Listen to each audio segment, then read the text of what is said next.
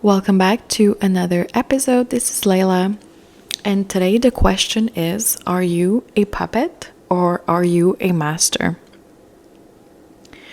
When it comes to the statistics in our society, so 8% of the population controls 92% of the rest of the population.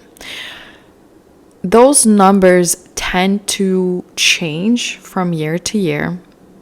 Sometimes it's 10%, sometimes it's 5%, it kind of goes from 5 to 10, right?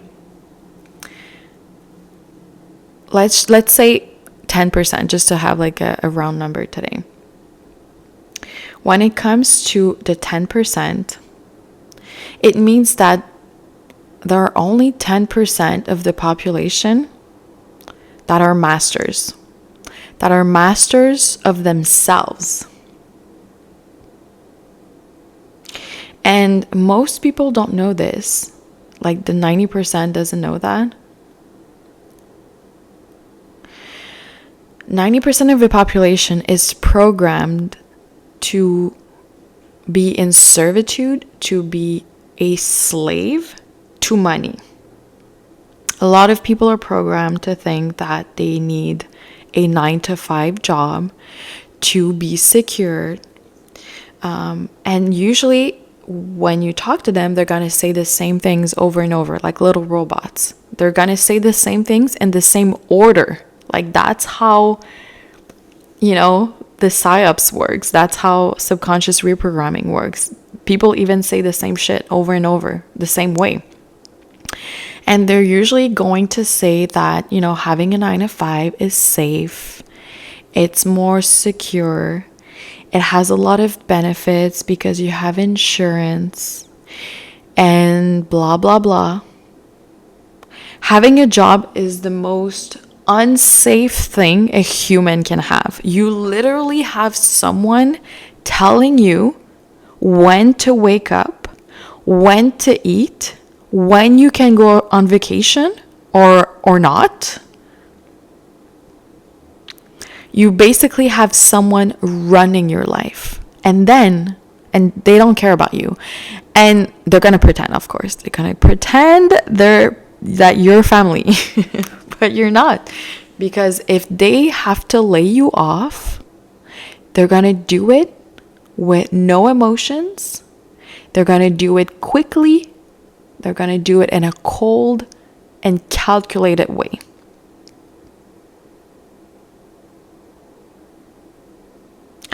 And people don't give a shit. And this is something that I noticed as well when I was working in corporate America, when I was programmed as a slave, right? Because I thought, I need a job. I need to exchange my time for money because, my family was programmed that way. So they programmed me that way. And there are a lot of events that happened where it literally opened my third eye. Like I was like, what the fuck is that? And I remember one time I was working in an office and this accountant was, working there. I think she was there for the past 15 or 20 years, right? She's like one of the first employees. Everybody loved her. And on a Monday, right, everybody comes in and she's not there and, no one freaks out. They think, maybe she's sick or whatever. Maybe she's late. And then we get a call and, unfortunately, she passed away during the weekend. And, I was there very recently, maybe less than a year. So obviously I it shocked me. I was like, oh, holy shit, but I wasn't emotional. But the people who worked there with her for the past 15, 20 years, because some other employees were there for, the same time as her, they were seeing her every single day for the past 20 years, during the weekdays. And so a lot of people got emotional. They just started crying. People were in shock. It was a traumatizing situation because it's you expect to see someone and they're not there. What the fuck, And it was so sudden. And when I tell you, the bosses did not care. They did not give a shit. You know what they said? Because most people were crying. I wasn't. I was kind of like in shock, but I was not like emotional. So my boss looked at me and he's like, you pick up the phone and you continue working. Like, I was like, what the fuck? You know when they tell people like you can drop dead and people don't give a shit? Like, that's what it was. I was like, oh my God. Like, that was cold. That was cold. And I think one of the bosses was like, you know, life goes on, you know, everybody go back to their desk and let's just, you know, keep on working. Like, and they replace her like literally within like 24 hours. That's it. And that was a really awakening moment for me, because I was still programmed to be a little robot, right? But when that happened, I was like, no. I was like, this is fucked up. And I remember like telling some family members, and they were just as cold. They were like, yeah, that's life, you know? And I was like, what the fuck is happening? Like, what do you mean that's life, you know? Like, people don't know how to grieve. That's for sure in our society. People have no idea what grief is. So therefore, they just put it under the rug. And then they wonder why they're all getting sick. Like, you're getting sick because your consciousness is eating you from the inside. Like, that's why you're getting sick. And you can tell nobody, because, you know, that's like, according to science, not real. So like, you see a bunch of people that are like, that have all these like terminal illnesses, and they don't even know that they can heal themselves, you know, with their consciousness. But anyway, that's for another episode, because I'm gonna share how I healed myself multiple times, and why I don't have to do it anymore, because I'm on this frequency of always being healthy. But yeah, this is the difference between being a puppet and a master. So our bosses were the masters, right? Because they were telling people, you go there, you do that, you know. Do you have to be an asshole to be a master? Absolutely not. There are two different ways to be a master. You can, obviously, the evil way is that's usually for people that are very insecure and they need to like control and manipulate everything around them, aka most men in our society. Yeah, these people, by the way, people are like, oh, they don't get their karma. Yes, they do. They usually die alone with all of their money. They die alone and they suffer. Trust me, I'm a psychic. I can see people's life, and I can look behind the mask and see also even their relationships, like their marriage. It's horrible. Like, you guys have no idea. But anyway, they do get their karma. You can be a master and do it in a way that's in alignment with nature. That's also in alignment with caring about people, caring about their needs, because that's true ownership. That's true ownership. Like, as a woman, if you're married to a man that does not care about your needs, right? He cares about himself. Then if you go on dates and you try to replace him, it's not cheating. You're just, you've been kidnapped by him. So you're just liberating yourself. That's what it is, you know? But true ownership, and, you know, one of the ways you're going to be a woman, you're going to see a woman that really glows from the inside, is when a man, or whatever, the masculine energy, however you want to call it, could be her business, could be a man, could be multiple men, is when they have ownership on her. But true ownership is when you care about other people's needs. That's a true leader. That's the true masculine energy, which is not, I mean, I guess there's some in corporate America, but whatever. It's not built for that. It's built for it's built for people that are predators and that are fucking people up, basically. That's what it is. And I remember a few years ago, you know, I was having this conversation with this man, and he owned this huge media company, that was representing celebrities, like huge celebrities, and he told me so much information. I was like, what the fuck?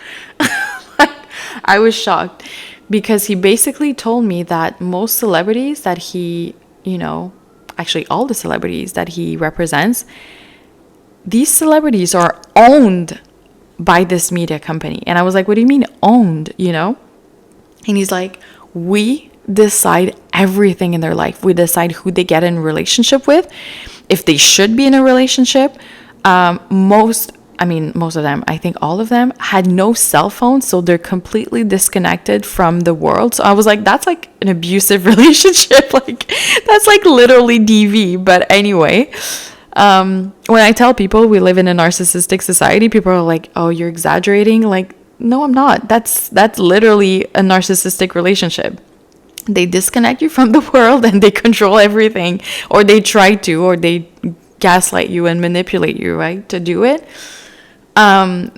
So that's what he was doing with these celebrities. And he's like, we have no choice to do that, because there is so much money involved, like some celebrities, earn like 50 million, 60 millions a year. Like, that's a lot of money. Like, we can't just let them manage their own life and potentially like lose all of that money, And I was like, wow, that's insane, And he gave me that advice. He's like, if you ever go into business, you need to remember that you either fuck people over or you get fucked. And I remember, because I was like not agreeing with him. I was like, what?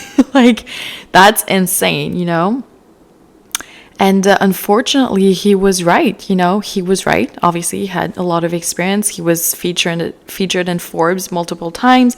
He owned a lot of real estate. He also owned this media company, and has a lot of experience. And he was right. And especially with men, like as a woman, if you don't learn how to play the game and becoming the master, like, if you're not the one putting men on their knees, they're going to be putting you on your knees. That's what it is. That's literally the dynamics in our society. That's also why I spend a lot of time in nature, because I cannot play the game most of the time. Like, if it's like less than 5% of my life, I'm good. But more than that, no. I cannot do it every single day. I cannot, and I do it on my terms. If I'm benefiting from it, that's what it is. If you're not benefiting as a woman to play the game, don't fucking play. But if you have goals and you have a list and you're like, I need a house, I need a car, I want to own all of these things, or, I want to set myself free financially, I want to fund my business, but have like no loans and grants and whatever. Like, I just want to like have someone give me the money and that's it. Like, I don't have to give it back to them. Like, sugar daddies, that's what they're for. They're actually, sugar daddies are the backbones of our economy. Let me just put it that way.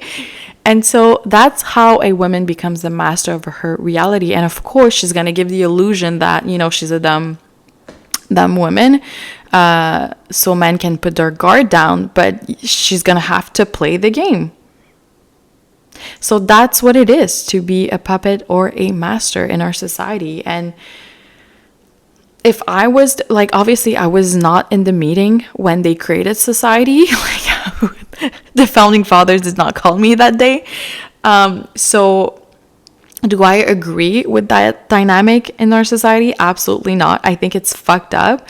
And I think it's fucked up that women have to do this to like set themselves up. But like, that's, you either get fucked or you have to fuck men over. Like, there's no other options. And trust me, like, I've spent years thinking and experimenting as well, like different options. And I was like, damn, like there's no other options. There really isn't. There isn't. Like, if a woman wants to experience like true unconditional love, she needs to do it with herself, like self-love. And then once she loves herself, she can love her children and have this unconditional bonding, and with her pets. And that's it. That's it. if the other woman wants to be, you know, exploited for like the next 20, 30 plus years, that's their decision. You know, because we have free will. Like if someone wants to be exploited by men, they can, you know, obviously go ahead if it's, you know, fun for them. But that's what it is. That's the societal dynamic that we have in our society, whether we like it or not. And of course, we don't have to do it every single day. We can run a business that's online that no one knows about. That's the best, because when you move in silence, no one knows what to attack. And then you can just live peacefully and free, you know, and you don't have to answer to nobody. And you can just do like the bare minimum, like pay like your taxes. And of course you can work with, you know, a tax expert, so you don't have to like pay these like crazy amounts. And that's it. Like you just live a good life, you know, and you spend time a lot of time in nature. That's actually my little secret. If you want to avoid this dynamic most of the time, you know, be with pets, children, nature. You're not going to have this dynamic. But with everybody else, unfortunately, we have to be mindful and intentional about what we say and how we say it.